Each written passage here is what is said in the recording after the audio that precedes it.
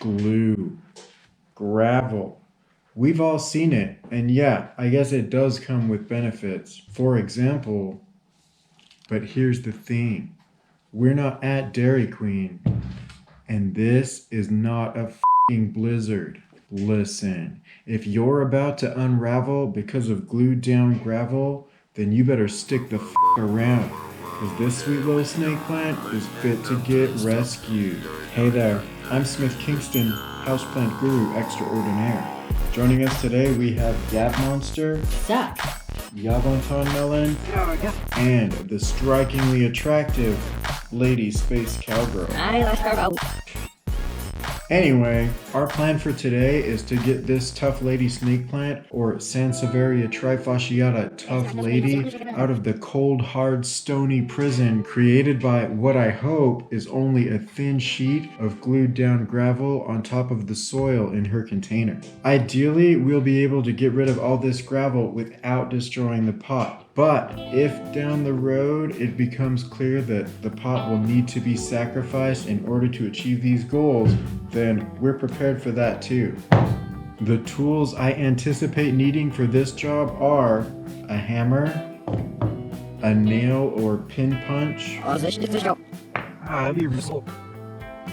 2 pairs of pliers, all the necessary sundries for repotting this plant once the gravel has been removed, and potentially another container. First, we're going to try to break the gravel loose all the way around the interior edge of the pot in order to detach our leafy friend from her container.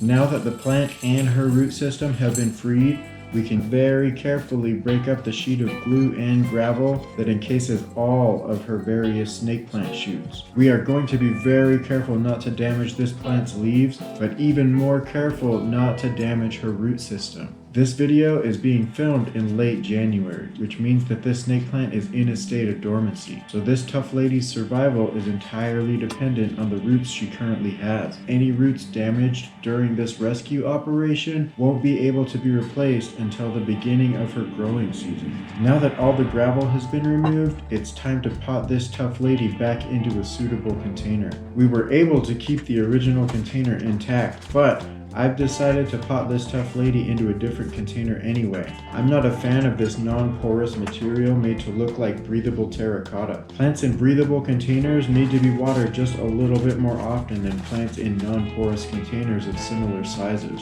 In order to water my plants correctly, I prefer to be able to tell quickly by looking at them whether or not my plants' containers are breathable, and this faux terracotta could be deceptive down the road. A thing that lots of people don't realize is that snake plants are succulents. So because of that, we are going to make sure that the soil we add to this tough lady snake plant's new container is a cactus mix. This will drain a little quicker than regular mix, which in addition to watering correctly, will help to protect this succulent's very moisture sensitive roots from root rot, fungal infections, pests, and other complications that for snake plants and other succulents represent a one-way ticket to a watery grave. There you have it, people of the internet. She does seem to be a little bit shaken up from, all the shit that went down, but in the long run, I think this Sansevieria trifasciata tough lady will be much better off. I am going to wait another week or so before I water her, just to let her roots recuperate from any trauma that may have been sustained over the course of, the shit that went down. Now, a couple quick points about glued down gravel.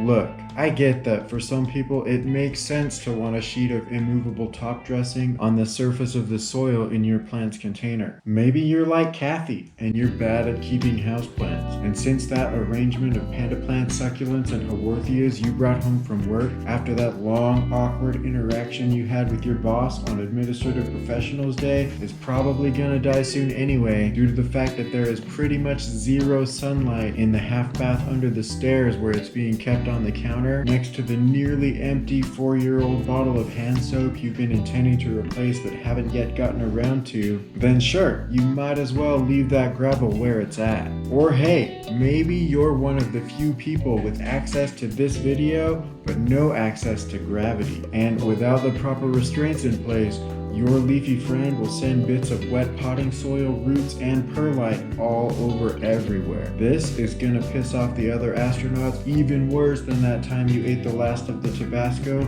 without asking permission. I think in your case, space travel justifies glued gravel. But listen, if you're subject to gravity and serious about keeping your plant happy in the long term, then that glued gravel's gotta go. I've always been of the opinion that if you want to make a statement by decorating your house with plants, then you should let your plants do the talking. And if that's not enough, then yeah, maybe pot your plants into containers that exude the vibes you're looking for. And hey, there's nothing wrong with adorning the surface of the soil in your plant's container with some cool marbles or rocks you found on a hike in the desert, or with some glass or seashells you found on a trip to the beach, or with... Well, more borrowed than stolen, really, but glued down gravel? Come on. I mean, for real, it's like these poor houseplants are peeking up through a crack in the neglected pavement of some empty stretch of highway in a desolate, post-apocalyptic, zombie-ridden version of this world that belongs to one of an infinite number of universes where... Anyway, do you like bad graffiti, worse jokes, wacky macrame, and pretty good advice about taking care of your houseplants? Well then f***ing subscribe! Thanks, Lady Space Cowgirl. That's right. Click that notification bell too so you never miss a new video.